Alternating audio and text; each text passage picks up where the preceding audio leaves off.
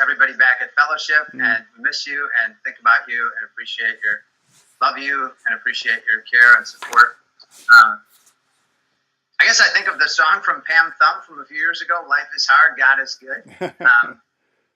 He is good. I begin most of my prayers with a quote from Psalm 119 where God is good and what he does is good. But I follow that from Isaiah 55 that his ways are not like ours and his thoughts are not like ours. And those are both really true. And I think we believe that coming here, and that's only been reinforced in different ways. The people in Liberia are joyful and kind and thankful and desperately poor. And so I have a sheet written down. You asked us in terms of what we've been learning, and I think as we interchange here, we can share that. But I mean, one of the things is that God loves people who aren't anything like us. And a lot of what I've contributed back through Facebook has been a lot of 1-minute videos 2 or 3 times a week, and gotten good feedback on that. And I just try to look for things that are not something like, well, I never see that in America. And just shortly before recording with you, I just saw many bags of rice being dropped off here. And I did a 1-minute interview with Peter that we may or may not use because a little girl walked by. Yeah. Only half dressed. Yes, there we go. And so I checked the video. But the fact of the matter is that, these people who work in the swamp, in the rice fields, they get paid in advance with bags of rice. They wouldn't mind getting money too, but this is how, through the program, we're involved with. And so that is one of a million things that you see regularly that you'd never see in America. It's very interesting to live in just a different part of the world and realize how unique being in America really is. And we're living in a place where majority of the world lives. And it's not anything like it is in the United States, where most people don't have electricity, most people don't have plumbing, most people, they sleep in their house and that's it. And that's, really what I think most of the world lives like. And so I think for us, it's, when you look back and think at all that we left behind, we're grateful for everything that we've been given. Like, we didn't do anything to deserve being born in America. And I think it's helped me appreciate the gift that is, and appreciate the fact that at any time that Mark and I get sick of all the struggles and difficulties here, we can just take our passport, get on an airplane, and go back. But the people here can't. And so it's a burden and a privilege to be part of trying to bring something better and to work side by side people who are doing what they can to make their community a better place, and doing it in the name of God, doing it, saying that God cares about your needs, whether it's educational or medical or, the food that you have, that he sees those needs and he's here with us. I think my favorite name for Jesus has always been Emmanuel, but especially this year when sometimes it doesn't always feel like God's with us because things are really hard, but knowing that he promised he'd never leave us and he's with us. I think I said to you as we were getting ready, Barry, that learning the lesson that God is in control and we're not. I believe that. I remember in 1995, one of my favorite interviews on the radio was with Lloyd Ogilvie. He used to be the chaplain of the Senate. And he said at that time, and stayed with me, that the 9 words that described people in the country were basically, I just want to have control of my life. And that's not 9 words, it's close. But the fact of the matter is that was true then and it's true now. And we want to have control. And so, that we want to manage God. And God is continually saying, I will not be managed. I want you to know me, and it's going to be in mystery. And there's going to be chaos. And there's plenty of that here. And so one of the things I think that was a big disappointment for us is just that we prayed, through the summer and into August when we sent a container. We sent 2 containers. One was filled with food, and a church in the Twin Cities had largely paid much of that. Other costs were added, unfortunately, on both ends. But then also a container with many ministry items and many of our personal items. We made the reasonable and frequent and fervent prayer request that it would arrive by Christmas. And we knew it was in the port in late October. But bureaucracy and red tape and this and that and the other thing. And the good news is that one of the containers with food arrived. The bad news is that one, with our ministry items and personal items, as of today, talking to you, December 27th, has still not gotten on a truck and been delivered to us. And so I know that's, Peggy can speak to that. I mean, it's been particularly painful because it's just like, you know that God's fully capable of making that happen. And the answer was, no, it's not going to be there by Christmas. It'll be there. So for me, I need to continue to go back to God is good. What he does is good, but his ways are not like our ways. That is my back-to-back for this year. As even before we left, and Evelyn facing her illness and Crohn's and trials that God allowed, I've just needed to marry those two. Yeah, it's. I thought before we left that it would be hard to live here, and it is.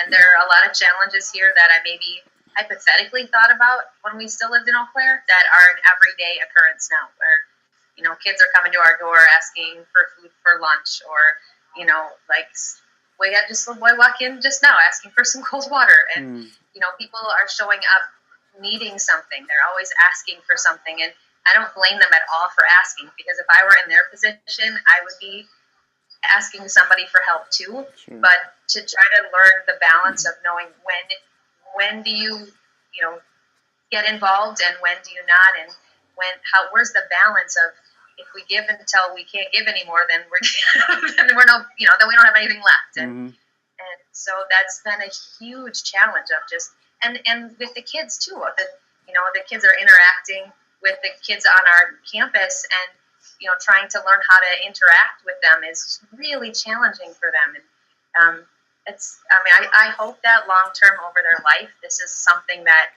an opportunity that builds their character, that benefits them in the long run. But it is not easy. It's really hard. There's highs and lows. And even as I ponder those relationally, in general,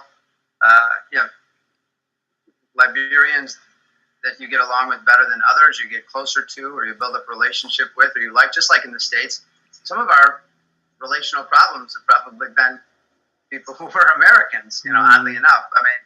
Whether as we were ready to transition here or what have you. And so, anyhow, just continue. Relationship challenges exist wherever you go. Here, the cross-cultural communication and things can make it a little bit more difficult. Your skin color looks different, but certainly we look beyond it. And then there's just Liberian English and our English, American English, and then people who speak Pele. You were here for a week, so some idea. Well, how can we here at Fellowship pray for you? What would you like to see God do between now and June?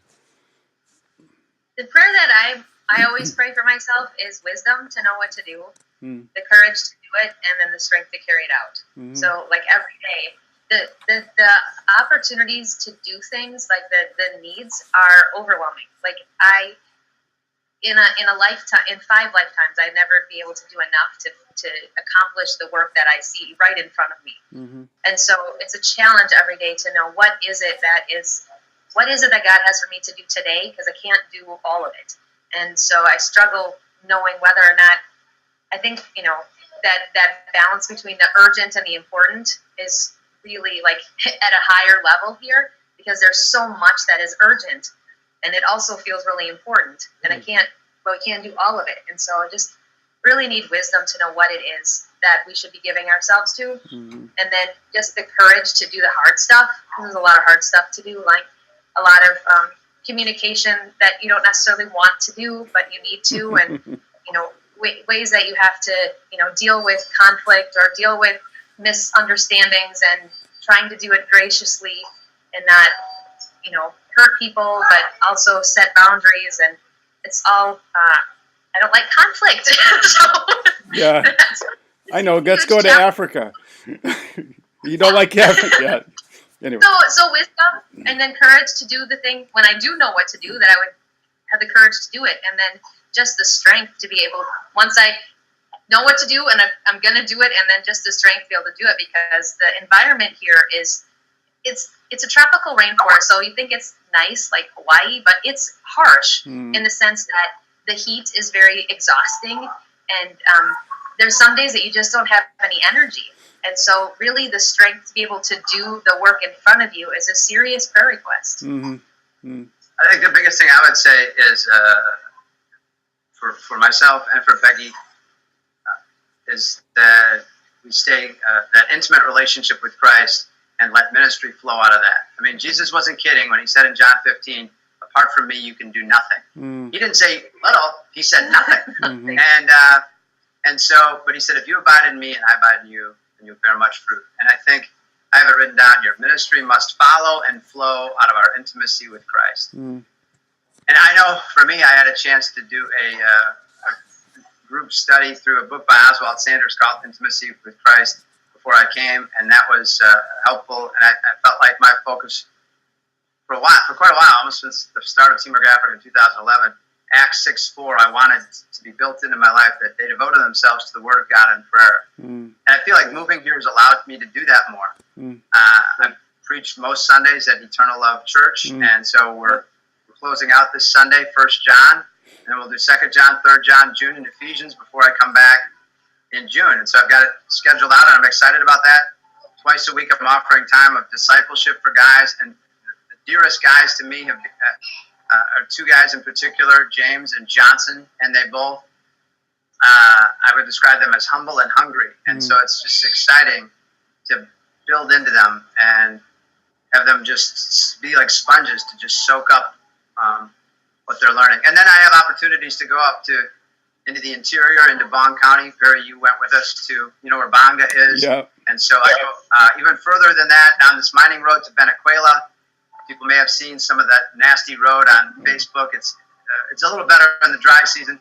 And other places to teach in a Bible school. I've been doing an Old Testament survey. And the thing, I've spent 8 nights in Venezuela. So, Perry, you were in Pelitayama. You know about, imagine staying in Pelitayama. I've stayed 8 nights in Venezuela, which is sort of like it. And I feel like one of the blessings of that is when I go to Venezuela and there's an outhouse or a little pot they give you here, it's just that you think you got it rough in, Johnsonville. Here, try staying in Venezuela. And so there's not an indoor bathroom. And so this is like a really nice hotel compared to that. So anyhow, there's always lower levels. And I've said for a long time now that following Jesus is not even. It definitely, every day he's beckoning us downward and to greater humility. And even to pass on a compliment to you, as we talked with our partner, Peter, who referenced you some, he said Perry was one of the most humble pastors I met in America. And so I think that speaks for you and speaks for fellowship very highly. Well, thank you. Thank you. We miss you both. We miss your family. Christmas isn't quite the same. So I was looking on Facebook. We have the year and a day stuff, and there was some pictures of the pageants over the last number of years, and it just really, I was looking forward to just tell you that you're both really missed. So I want to get back to doing the tattoo class with you guys. It's just been crazy for us, and it's probably busy for you guys too. But any way we can get that to work out, I'd love to be able to be part of that again. I will talk to the tech experts. As you can tell, I'm such a keen whiz at it now. Anyway, yeah, you guys are amazing. I'm very proud of both of you, and again, know that you're in our prayers on a regular basis. And then I'll have, I think Renee this week will get a hold of you, and we'll hook up for Sunday for sure. Okay? Okay. All right. Awesome. Happy New Year. If I don't talk to you Sunday, I'm sure I will. But otherwise, thank you so much, and I'm sure we'll be connecting. All right? Okay. Is JL with you today? She's still in bed. They stayed up late watching movies. Oh, okay. I know Elena hasn't had very good success staying in touch with her friends. So if there's a chance for her to talk to JL, that'd be really awesome. I'll work on that. All right? Thank you. Thank you very much. God bless you guys. All right. Bye-bye.